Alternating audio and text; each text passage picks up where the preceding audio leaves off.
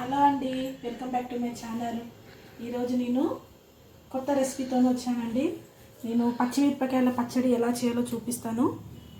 నేను ఇక్కడ పచ్చిమిరపకాయలు ఇట్లా పచ్చడి తీసుకున్నాను. ఇవి ఎక్కువ కారం ఉంటాయి, మీరు కారం బట్టి మీరు తీసుకోండి. ఇక్కడ నిమ్మకాయ సైజ్ అంతా చింతపండు, ఒక ఎల్లిగడ్డ, కరివేపాకు. నేను ముందుగానే చింతపండు నానబెట్టి పెట్టుకున్నాను. ఎల్లిపాయలు కూడా పొట్టు తీసుకొని పెట్టుకున్నాను. కొద్దిగా జీలకర్ర. ఇప్పుడు ప్రాసెస్లోకి వెళ్ళిపోదాం. పచ్చిమిర్చి తొడిమెలు తీసేసుకున్నాను. ఇప్పుడు వీటిని నూనెలో వేపుకోవాలి. స్టవ్ వెలిగించుకొని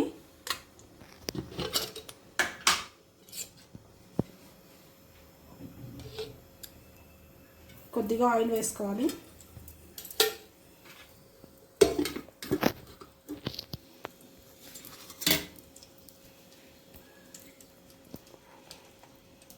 పచ్చిమిర్చి నూనెలో వేయాలి.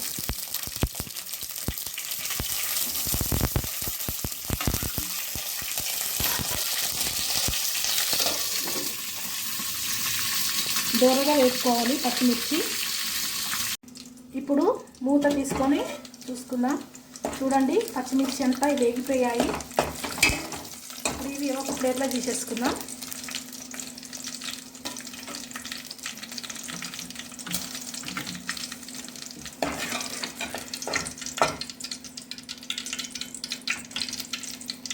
స్టవ్ ఆఫ్ చేసేసుకోండి.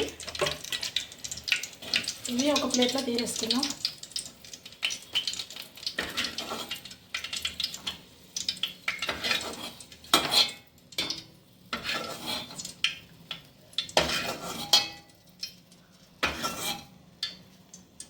ఇవి చల్లారైనాక మిక్సీ పట్టేసుకోవాలి.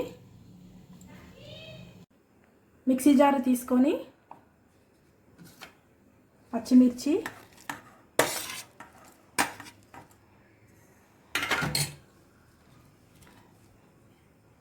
ఎల్లిపాయలు, జీలకర్ర ఫస్ట్ ఇవి గ్రైండ్ చేసుకోవాలి మెత్తగా.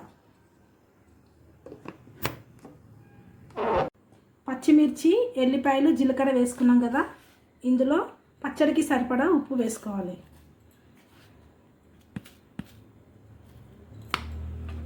ఇవి ఇప్పుడు మెత్తగా గ్రైండ్ చేసుకొని తర్వాత చింతపండు, ఇది మెత్తగా గ్రైండ్ చేసుకున్న తర్వాత ఈ చింతపండు వేసి మెత్తగా చట్నీ లాగా గ్రైండ్ చేసుకోవాలి మెత్తగా.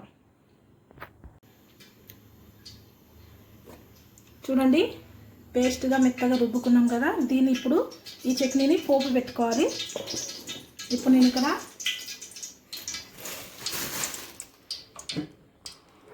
ఆయిల్ వేసాను. గిన్నె పెట్టుకొని కొద్దిగా ఆయిల్ ఎక్కువనే పడుతుందండి ఈ చట్నీలో.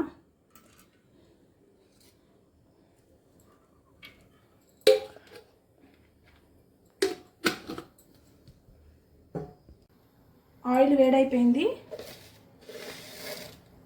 పోపు దినుసులు వేసుకోవాలి.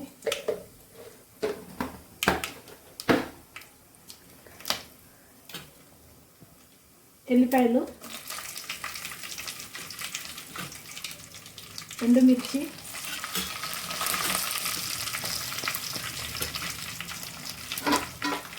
కొద్దిగా కరివేపాకు.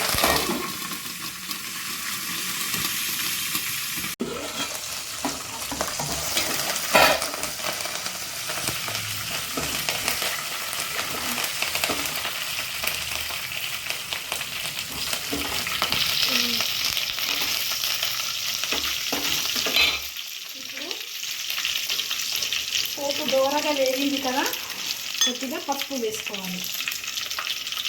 కొద్దిగా పసుపు.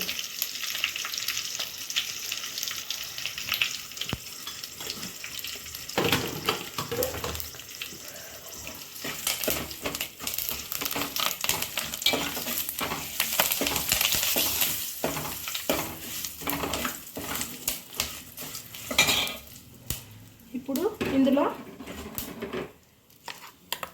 చట్నీ వేసుకోవాలి.